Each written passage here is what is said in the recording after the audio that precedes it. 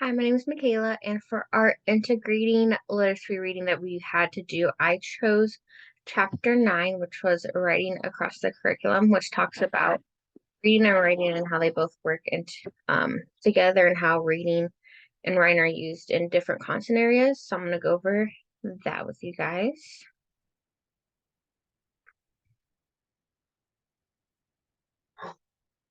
Okay, so first off, we write to read and then we read to write. So both reading and writing involve purpose, commitment, scheme activation, planning, working with ideas, revision, rethinking, and monitoring. Students who are good readers and writers perceive themselves as so, and they're more likely to engage in reading and writing on their own. And then writing is one of the most effective ways for students to understand something that they've read. Now, first, there was two writing and reading areas that they talked about. The first one being writing to learn, which is in the book looked at as WTL for what it stands for. And so writing to learn is when we use very natural, short, and formal writing tasks that are typically unfinished to the students. So they're not like full pieces of reading or writing. They're just little short writing prompts. And they're typically never finished because of how short they are. So ways to use writing to learn. So the first one is micro themes, which is a brief piece of writing that results in a great amount of thinking. And some teachers decide whether or not to grade it or not. Most don't just because of how small they are, but it just lets them see where the kids are in their learning. And some examples could be having the kids write a short piece on an index card of similarities or differences of two items, or giving them a word limit to talk about a subject that they like. Another one is point of view guides, which are called POVGs in our textbook, which is it's designed to trigger thoughtful reading and writing from the students and have them get into the skin of a character or subject they're studying. So some examples would be having the children write like they're in the Underground Railroad with Harriet Tubman and having them see or having them write what they see and experience. So these are used a lot for having kids be one with a character, be one with a subject. So, like a lot of times, if you're in the head of a historian, this would be a great thing to use when you're in a history class. Next up, we have unsent letters, which are students are asked to write letters in response to material they're reading and is a non-threatening way to have the children demonstrate their knowledge about a topic. And some examples can be having them write a letter to Anne Frank during the Holocaust or write to a person about what the rain cycle is. Continuing, we also have biopoems, and with biopoems, has students play with poetic framework to talk about ideas in a topic. Students may get a framework or an outline from what the teachers expect from them and what they talked about in each line, and then the children fill in what their material is. So this is usually used a lot for, there's a lot of times it'll be given an outline for kids because this one the teachers will want them to say stuff in a certain way. So for instance, like they might start with like the first what the subject is for the first line, and then they would talk about like three things that are interesting about it. And so those three things would be the next line of the poem. And it's just a continuation of everything. And typically they follow what we as the teachers want to see from them. Next up, we have text response task cards, which direct students to respond to the text in a way that involves authentic practices of the discipline and encourages them to write in the tone or attitude of a subject itself. And lastly, in this subject, we have admit slips and exit slips, which both of these are ways to get children thinking and to see quickly how they are doing in the subject we're learning.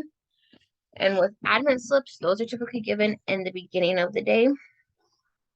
And when we give them to the children, us as the teachers will take them. And sometimes we'll take them and we'll read them. We won't read what the name is because we don't want to tell the students what each student is thinking, but we'll read them out loud to the class and we'll use those as like a guiding start to get the day started. And then with exit slips are used typically at the end of the day when they're exiting our class. It enables the teachers to be able to read them when they leave and make adjustments to the curriculum where we see needed. So next up, when we talked about writing to learn, And next up we have writing in disciplines, which is typically seen in the textbook when we read it as WID. And writing in disciplines involves more formal, elaborative, thought out writing on the part of the students. And with this one, there's only two different examples of ways to use it. The first one being raft writing. And with raft, it's an acronym that stands for role, audience, form, and topic. And with this type of writing, it allows the teachers to create prompts for many types of discipline-specific writing assignments. And lastly, we also have research-based writing, which involves different things such as having the kids draw up a schedule, choose a topic, formulate research questions, make an outline, take notes, preparing the first draft, revising, editing, and completing the paper. It's a more thought out process, and it's a great method to allow children to discover what they want to write about independently. And lastly, what I'm going to talk about that it talks about shortly in the end of the chapter is the stages of the writing process. And obviously, there's different writing processes. There's different ways people can do it.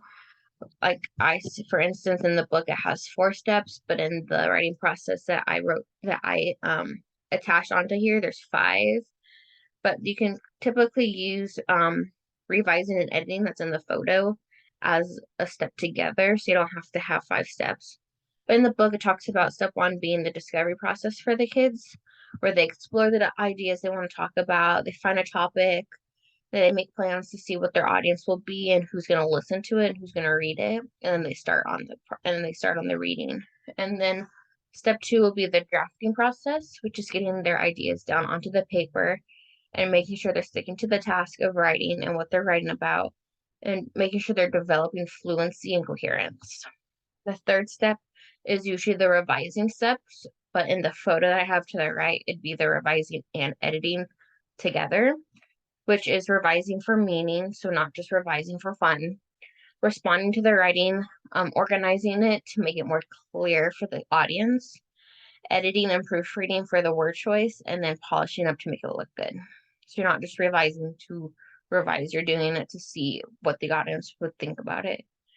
And typically the best way in writing is to have your additional students or classmates have them read each other's papers, because they'll be able to see where it's wrong, and then the teacher doesn't have to read 20 25 different papers. You can have kids do peer reviews.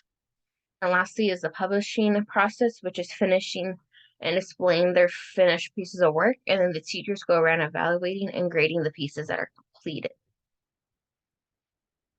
And with that, that is my chapter 9 on the integrating literacy. Thank you for watching.